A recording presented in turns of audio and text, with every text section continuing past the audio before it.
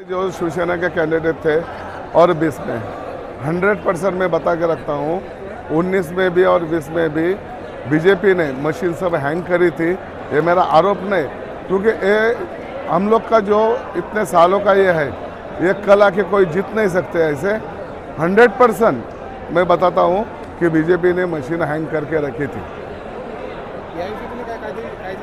आता वकिलाशी आमच्या मी बोलून आणि कायदेशीर कारवाई काय असेल ते करूच, परंतु हे असं हसता खेळता लोकांना जर हरवाचंच असेल मशीननी गडबड करून तो उभं नका राहायला सांगू ना तुम्ही। आम्ही नाही राहणार उभं, हाना कोणाला पण न द्या ना तिकीट। या कोणी येतं आणि इलेक्शन जिंकू शकत नाही।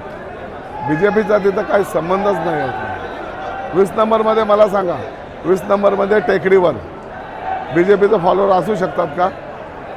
सगळा सलम एरियामध्ये तिथं कोण बीजेपीचा फॉलोअर असू शकतो का? तेही निवडून येतात। म्हणजे सगळे 5 नंबरमध्ये त्यावेळी सगळ्या मॅचनी हँग केल्या होत्या बीजेपीने आणि म्हणून ते जिंकल्यात।